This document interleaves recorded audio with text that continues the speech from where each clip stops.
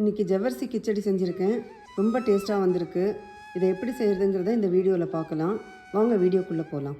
Hi friends, welcome to சுகீஸ் kitchen. இது வரைக்கும் subscribe பண்ணாதவங்க ப்ளீஸ் சப்ஸ்கிரைப் பண்ணுங்கள். பெல் பட்டனை ப்ரெஸ் பண்ணி ஆல் ஆப்ஷனை சூஸ் பண்ணிங்கன்னா நான் போடுற வீடியோஸ் எல்லாம் உங்களுக்கு வந்து சேரும். ஜவ்வரிசி கிச்சடி செய்கிறதுக்கு 3 கப்பு ஜவ்வரிசி எடுத்துகிட்டு இருக்கேன். 500 கிராம் அளவுக்கு இருக்குது. இதை வந்து முதல்ல நல்லா வாஷ் பண்ணிவிட்டு 6 மணி நேரம் தண்ணியில் ஊற வச்சு வைக்கணும். ஜவ்வரிசியை 2-3 தடவை நிறைய தண்ணி சேர்த்து நல்லா வாஷ் பண்ணணும். அந்த மாதிரி செய்யும்போது மேலாக இருக்கிற ஸ்டார்ச் எல்லாம் வந்துடும். அப்போ தான் கிச்சடி வந்து நல்லா உதிரி உதிரியாக குழையாமல் வரும். ஜவ்வரிசியை வாஷ் பண்ணப்புறம் 1 கப்புக்கு 3/4 கப்பு அளவுக்கு தண்ணி சேர்த்து ஊற வைக்கணும். 3 கப்பு ஜவ்வரிசிக்கு 2.25 கப்பு தண்ணி சேர்த்து ஊற வச்சுருக்கேன். ஜவ்வரிசி இப்போ 6 மணி நேரம் ஊறிடுத்து. இப்போ அதை வந்து வேறு கிண்ணத்தில் தண்ணி இல்லாமல் எடுத்து வச்சுருக்கேன். 200 கிராம் வேர்க்கடலையை வறுத்துட்டு தோல் எடுத்து வச்சுருக்கேன். வறுத்து வச்ச வேர்க்கடலையை இந்த மாதிரி மிக்சியில் போட்டு கொரகொரப்பாக அரைச்சி வச்சுருக்கேன். இந்த ஜவ்வரிசியில் இப்போது வேர்க்கடலை பவுடர் சேர்க்குறேன். 3 டீஸ்பூன் சர்க்கரை சேர்க்குறேன். இதோட கிச்சடிக்கு தேவையான உப்பு சேர்த்துடலாம். இதில் 2 டீஸ்பூன் சேர்த்துருக்கேன் நான். இப்போ இதை எல்லாத்தையும் நல்லா மிக்ஸ் பண்ணிக்கலாம். முதல்ல இந்த வேர்க்கடலை பவுடர் சேர்க்கறதுனால நல்லா டேஸ்ட்டாகவும் இருக்கும். இந்த ஜவ்வரிசியில் இருக்கிற அதிகப்படியான ஈரப்பசை வந்து அதை இழுத்துக்கும். சர்க்கரை கொஞ்சம் சேர்க்கறதுனால இதில் கொஞ்சம் அதிகப்படியான டேஸ்ட் கிடைக்கும் நமக்கு.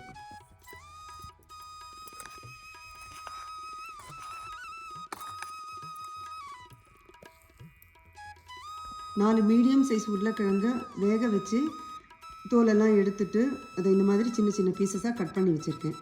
முதல்ல வாணலியில் 2 டேபிள் ஸ்பூன் நெய் சேர்க்குறேன். 4 டேபிள் ஸ்பூன் எண்ணெய் சேர்க்குறேன். முழுக்க நெய்யிலேயே செஞ்சாலும் செய்யலாம். ஸ்டவ்வை மீடியம் ஃப்ளேமில் வச்சுருக்கேன். இப்போ வந்து எண்ணெய் சூடேறி எடுத்து இதில் ஜீரகம் சேர்க்குறேன். ஒரு 3 டீஸ்பூன் ஜீரகம் சேர்க்குறேன். இதில்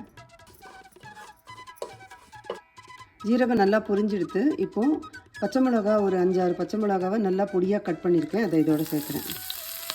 3 இன்ச்சு அளவுக்கு இஞ்சி வந்து பொடியாக கட் பண்ணி வச்சுருக்கேன். அதை இதோடு சேர்த்துருக்கேன். ஒரு 10-12 கருவேப்பிலையும் இதோடு சேர்க்குறேன். ஸ்டவ்வை சிம்மில் வச்சு இதை வந்து 1 நிமிஷம் வதக்கி விட்டேன். இப்போது உருளைக்கிழங்கையும் இதோடு சேர்க்குறேன்.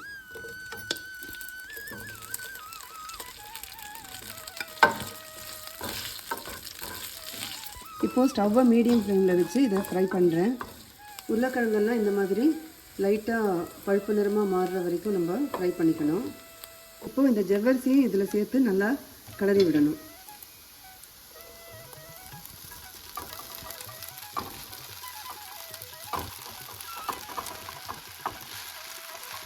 இந்த மாதிரி அடி பிடிக்காமல் நல்லா கலந்து விடணும்.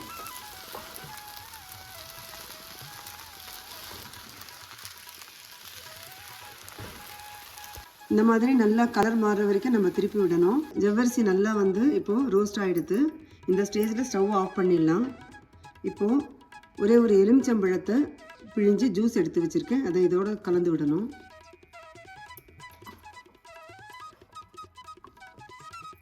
இப்போ கொத்தமல்லி தழையை தூவிடலாம். இதில் டேஸ்டியான ஜவ்வரிசி கிச்சடி ரெடி ஆகிடுது. இந்த ஜவ்வரிசி கிச்சடியை நீங்களும் ட்ரை பண்ணி பாருங்கள்.